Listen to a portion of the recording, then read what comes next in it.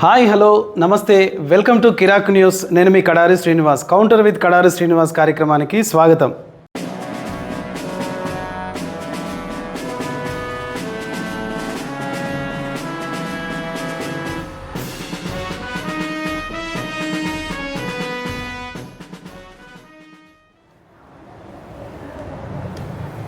Right, మనం ప్రస్తుతం తెలంగాణ రాష్ట్రంలో ఎలక్షన్స్ అన్నీ ముగిసిపోయాయి.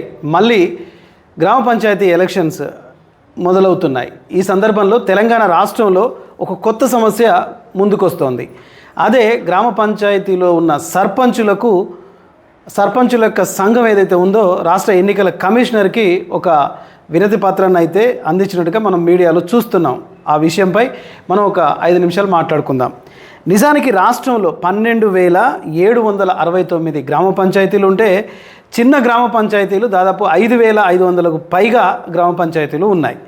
తెలంగాణ రాష్ట్రం సాధించిన తర్వాత సీఎం కేసీఆర్ కొన్ని గ్రామ పంచాయతీలను, కొన్ని తండాలను కూడా గ్రామ పంచాయతీలుగా చేసి ఒక స్వతంత్ర ప్రతిపత్తి గల అధికారాన్ని కట్టబెట్టామని గొప్పగా చెప్పుకున్నప్పటికీ తెలంగాణ రాష్ట్రంలో ఉన్న దాదాపు 12,769 గ్రామ పంచాయతీలకు కనీస నిధులు ఇవ్వలేదనేది ఇక్కడ ప్రస్తావన. ఇక్కడ సమస్య మొదలవుతుంది. నిజానికి 2011 జనాభా ప్రాతిపదికన మీద రాష్ట్ర వ్యాప్తంగా 12,769 గ్రామ పంచాయతీలకు కేంద్రం దాదాపు 15 కోట్లు ఇచ్చినట్టుగా మనం వార్తాపత్రికల్లో చూస్తున్నాం. అలాగే రాష్ట్ర వ్యాప్తంగా ఎఫ్ఎఫ్సి కింద ప్రతి నెల 120 కోట్లకు పైగా నిధులు మంజూరు విడుదల చేయాలి. కానీ ఇవి గత 4 నెలల నుంచి ఈ నిధులు రాకపోవడంతో తీవ్రమైన సమస్య గ్రామ పంచాయతీలలో ఎక్కువగా మనకు ఉత్పన్నమవుతుంది. గ్రామ పంచాయతీలలో ఎక్కువగా సర్పంచులు, వార్డు మెంబర్లు ఉంటారు కాబట్టి కొన్ని గ్రామ పంచాయతీలలో సర్పంచులు తమ సొంత నిధులను ఖర్చు చేసి గ్రామానికి మురుగునీటి కాలువలు అయితేనేమి, లేకపోతే పరిశుభ్రత అయితేనేమి, చెత్త సేకరణ అయితేనేమి, మంచినీళ్ళు అందించే విషయంలోనైతేనేమి ఏదైతే వాహనాలు వాడతారో వాటికి కనీసం డీజిల్ పెట్రోల్కి కూడా డబ్బులు లేక, గ్రామ పంచాయతీల్లో నిధులు లేక చాలా దుర్భరమైన పరిస్థితుల్లో ఇవాళ తెలంగాణ గ్రామ పంచాయతీలు ఉన్నాయి. అయితే కేసీఆర్ 2 దఫాలుగా ముఖ్యమంత్రిగా ఉన్నప్పుడు కూడా ఈ గ్రామ పంచాయతీలకి నిధులు మంజూరు కాక ఇబ్బందులు పడుతున్నా, మరి కేసీఆర్ని కాదని రేవంత్ రెడ్డిని ముఖ్యమంత్రిగా చేసుకున్న తర్వాత కూడా ఈ సమస్య ఇంకా పూర్తి కాలేదని సర్పంచులు, తెలంగాణలో ఉన్న సర్పంచుల సంఘం ఏదైతే ఉందో నిన్న ఎన్నికల కమిషనర్ గారికి అక్కడ కంప్లైంట్ ఇచ్చినట్టుగా మనం చూస్తూ ఉన్నాం. నిజానికి గ్రామాభివృద్ధికి తోడ్పడేది గ్రామ పంచాయతీ సచివాలయం, గ్రామ సచివాలయం ఎక్కువగా ఉంటుంది. గ్రామ సచివాలయంలో ముఖ్యంగా ప్రతి విషయాన్ని చూసుకున్న సర్పంచ్ మీదనే ఎక్కువగా ఆధారపడి ఉంటుంది. సర్పంచ్ అంటే తనకున్న ఆర్థిక వనరులు కరెక్ట్గా ఉంటే మాత్రం ఆ గ్రామంలో అన్ని మౌలిక వసతుల కల్పనకు ఏర్పాటు చేస్తాడు. నిజానికి 2014 నుంచి 2023 వరకు రాష్ట్ర ప్రభుత్వాలు మారుతున్న సర్పంచుల వ్యధ గోస మాత్రం తీరట్లేదనే వినతి పత్రం ఇచ్చి వాళ్ళ నిరసన తెలియజేశారు. అలాగే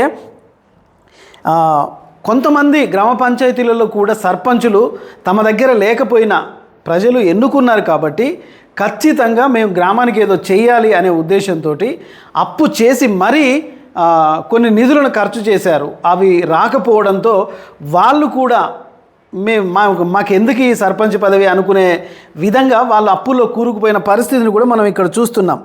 నిజానికి ఒక సర్పంచ్ మాత్రమే కాదు, గ్రామ స్థాయిలో గ్రామ సచివాలయంలో పనిచేసే ఈ మున్సిపల్కి సంబంధించిన సిబ్బంది కూడా వాళ్లకు కనీసం నెలల తరబడి జీతాలు రాకపోవడంతో మున్సిపల్ పరిధిలో పనిచేస్తున్న సిబ్బంది కూడా మేము విధులకు రాము అని చెప్పేసి నిర్ముఖమాటంగా చెప్పే దాఖలాలు కూడా మనం ఇక్కడ చూస్తున్నాం. మొత్తానికి 4 నెలల నుంచి దాదాపు ఏదో 15వ ఆర్థిక సంఘం తరఫు నుంచి కూడా దాదాపు 4 నెలల నుంచి 720 కోట్లు ఎఫ్ఎఫ్సి నిధులు విడుదల చేయాల్సిన పనిలో ఉండగా అవి ఏవీ రాకపోవడంతో మొత్తానికి గ్రామ పంచాయతీలలో ఉన్న సర్పంచులకు నిధులు లేక అప్పుల పాలైపోయి గ్రామంలో ఎటువంటి అభివృద్ధి నోచుకోక చాలా దుర్భరమైన పరిస్థితుల్లో ఉంది. సరే, ఇవి సమస్యలు. మరి వీటిని అధిగమించాలంటే ఏం చేయాలి అని ఆలోచిస్తే నిన్న ఎన్నికల కమిషనర్కి గ్రామ సర్పంచుల సంఘం అయితే తెలంగాణ రాష్ట్ర సర్పంచుల సంఘం అయితే ఒక వినతి పత్రాన్ని ఎన్నికల కమిషనర్కి అందజేసింది. వాళ్ళు కోరుకున్నది ఏంటి? మాకు ఈ నిధులు విడుదల చేయకపోతే, మా సమస్యలు మీరు తీర్చకపోతే ఈ ఎన్నికలను మేము బహిష్కరిస్తామని చెప్పి నిర్మోహమాటంగా ఆ వినతి పత్రంలో రాశారు. నిజానికి గ్రామ సర్పంచులు గనక ఈ ఎన్నికలను వద్దని చెప్పి విభేదిస్తే మాత్రం చాలా ప్రాబ్లంలు ఏర్పడే అవకాశం ఉంటుంది. కాబట్టి తెలంగాణ సీఎం రేవంత్ రెడ్డి ఒక్కసారి అధికారంలోకి వచ్చి 6 నెలలు అవుతున్నా మరి గ్రామ సర్పంచుల పనితీరును, గ్రామ సర్పంచుల సమస్యలను పట్టించుకున్న దాఖలాలు పోలేదని వినతి పత్రంలో ఎన్నికల కమిషనర్కి ఇచ్చిన ఆ వినతి పత్రంలో ఉన్నాయి. కాబట్టి గ్రామ సర్పంచులు తెలంగాణ రాష్ట్రంలో ఉన్న దాదాపు 12,769 పంచాయతీలలో ఉన్న సర్పంచులు కూడా ఈ ఎన్నికలను బహిష్కరిస్తే ఖచ్చితంగా ఒక పెద్ద దెబ్బ పడే అవకాశం ఉంటుంది. కాబట్టి రాష్ట్ర ప్రభుత్వానికి కూడా ఒక చెడ్డ పేరు వచ్చే అవకాశం ఉంటుంది. కాబట్టి ఇప్పటికైనా ఖచ్చితంగా సీఎం రేవంత్ రెడ్డి సర్పంచుల వినతిపై ఒకసారి పునరాలోచన చేసి వారి సమస్యలు తీరిస్తే గనక రాబోయే సర్పంచ్ ఎన్నికల్లో కాంగ్రెస్ ప్రభుత్వానికి ఒక మంచి మెజారిటీ వచ్చే అవకాశం ఉంటుంది.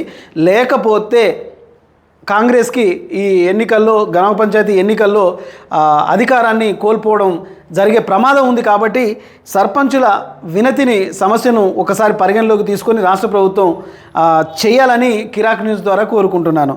ఇది ఇవాల్టి ప్రత్యేకమైన విశ్లేషణ. రేపు మరొక కార్యక్రమంతో మళ్ళీ కలుద్దాం. చూస్తూనే ఉండండి కిరాక్ న్యూస్. నిజం నిక్కచ్చిగానే చెప్తాను. Thank you very much.